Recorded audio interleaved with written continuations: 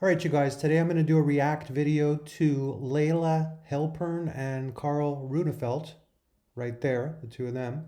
And an interesting interview in some crazy times. They'll talk about, well, you'll see, but obviously the title gives it away. So let's get into it. Uh, if the market was better, I would be incredible. I know. We were chatting earlier, and I think we agreed that this has to be probably one of the worst events that we've seen in crypto, probably worse than Mount Gox. So, what are they talking about? FTX imploding, and obviously, yes, it is one of the worst events ever. And there's probably going to be more bad events. However, with every bad is a good, and I'm going to get into that in a minute as they talk here. What is your take on what has just happened over the last 24 hours?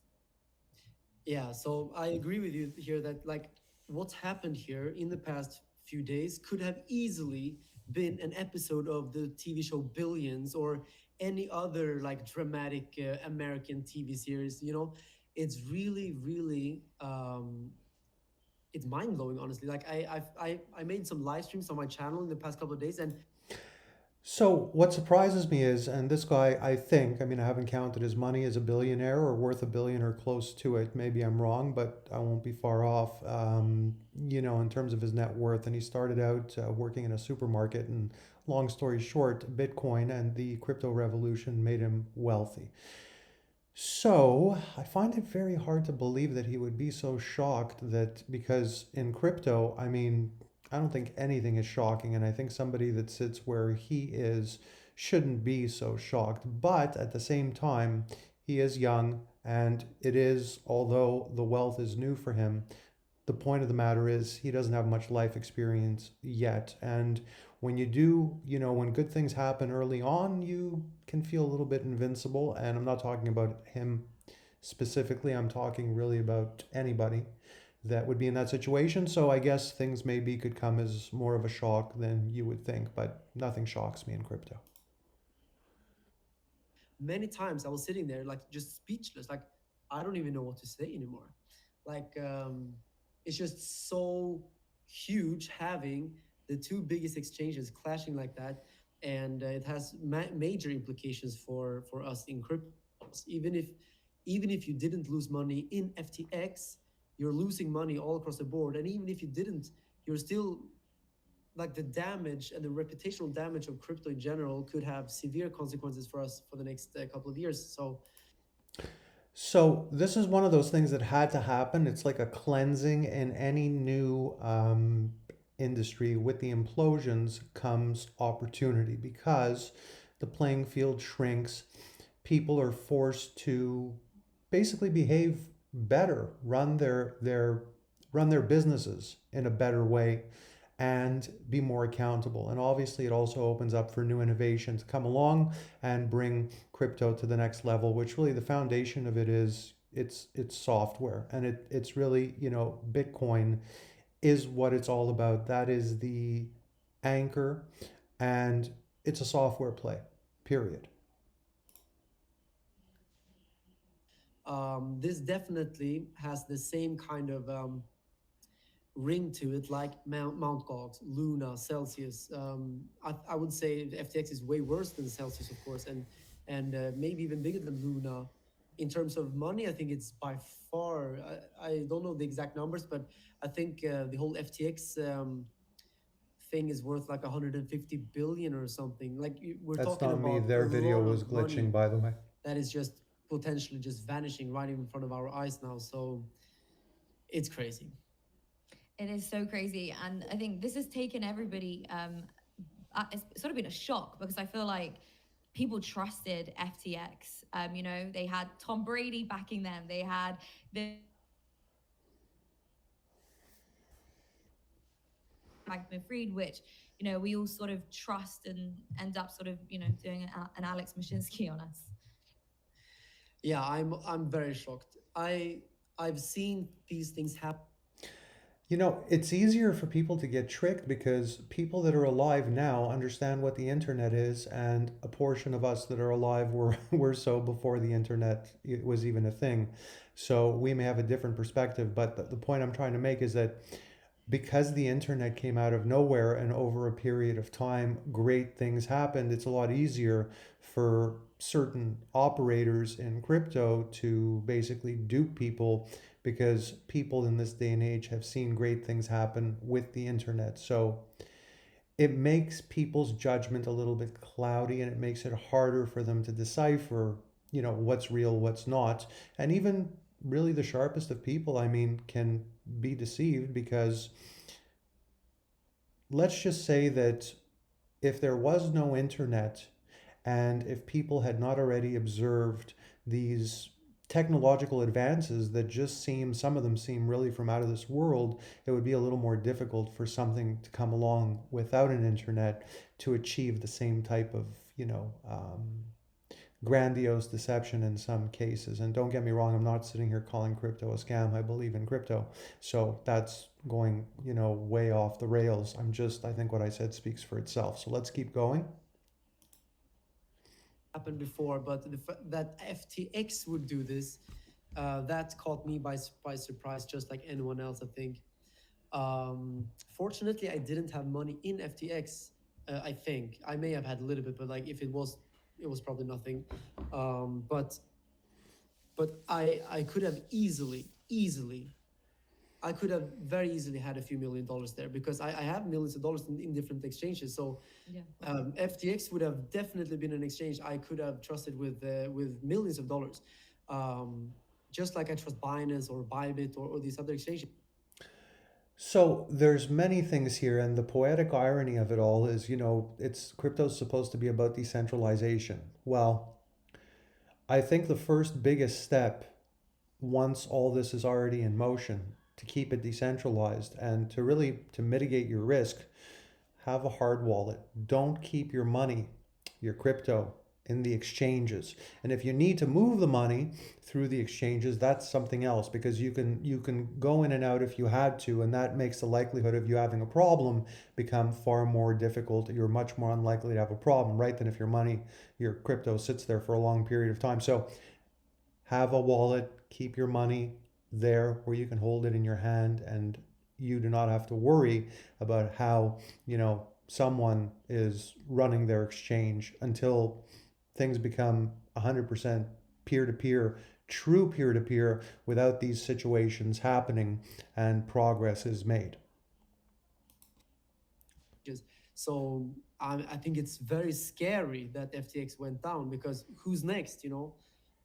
That's the question. Like, because not people say that blockchain is very transparent, and it is true, but it's only transparent if the companies give you access to the actual wallets and if you have full insight into the balance sheet, which is not always the case. So in this case, I think that it wasn't always very transparent, maybe, and it seems like FTX in the background has been doing things that are simply immoral and very irresponsible. And as soon as the market turns, So someone who's in the public eye like this, again, and just in my opinion, he shouldn't be saying, as fresh as it is, what FTX did or didn't do.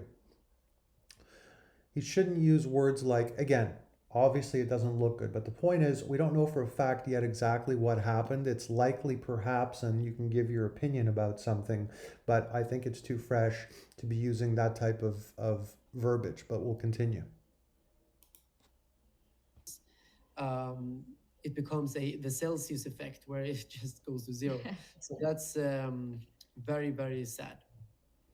Yeah, I think we should start asking these exchanges to, publicly show their balance sheet. I mean, I know Binance this morning actually just showed their proof of reserves and they're holding, billions. So, they sort of feel like they're going to be okay. Maybe that's what we have to do. But you said you didn't hold anything on FTX, but you don't have to tell me how much you have or haven't lost. But have you lost anything just in general with everything crashing, Bitcoin, Ethereum, Solana, obviously? Like, have you lost much? Biblical amounts, I would Oh say. my God. Yeah, it's I lost more money than hundreds of people make in hundreds of lifetimes. So I try to not think about it, but it is a lot of money. I've lost money that could have bought me big businesses bought me nice watches and cars, or even like skyscrapers, but I try to not think like that, because first of all, it's only a loss if you realize Skyscrapers, plural? I don't know about that. the loss. Second of all, money comes quickly and goes quickly. It comes and Hmm. goes. I always, because throughout my like 5 years of crypto, 4 or 5 True, money does come and go, and it is an energy more than it is anything else. I agree. years, I've lost money many, many times. And back in the days when I lost like $10,000, for me that was like insane. I thought, wow, I'm never gonna recover.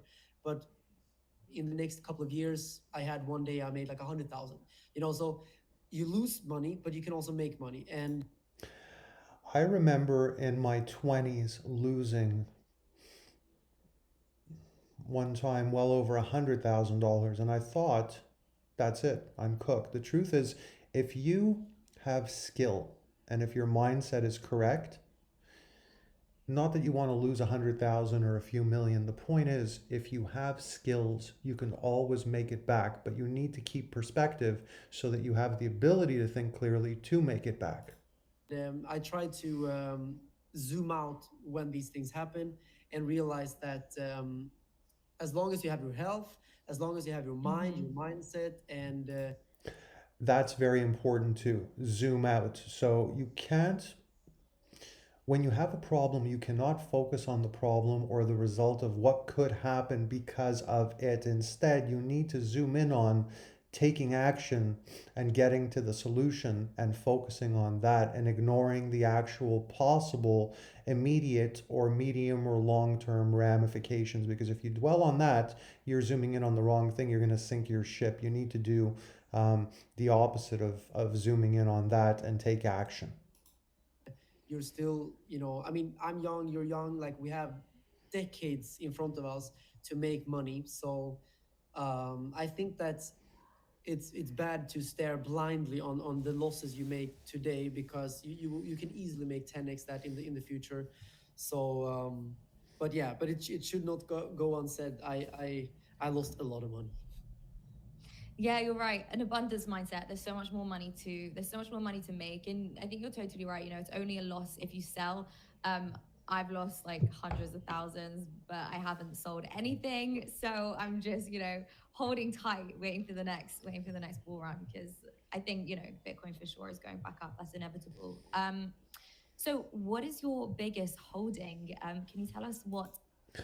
For Bitcoin, for sure, I believe it's inevitable. I think a neat thing that needs to happen, though, you or I or anybody, even an 8-year old that knows how to use the internet, could just go and create a cryptocurrency. And I think that there needs to be a barrier to entry. It can't be that simple because if anyone with a pulse can create a crypto, you're going to constantly have endless issues where you're going to have things getting vaporized and you're going to have a lot of fraud, in my opinion. So, what needs to happen is there have to be more steps that are more concrete that need to be taken to rule out that just anyone with a pulse can start a project with crypto. So, that's one part of making this better. Made you the most money in crypto so far? My biggest holding is Bitcoin by far, Hmm. when it comes to my like liquid cash, which I would of course say it's all crypto. It's no actual cash, but then I have my net worth is also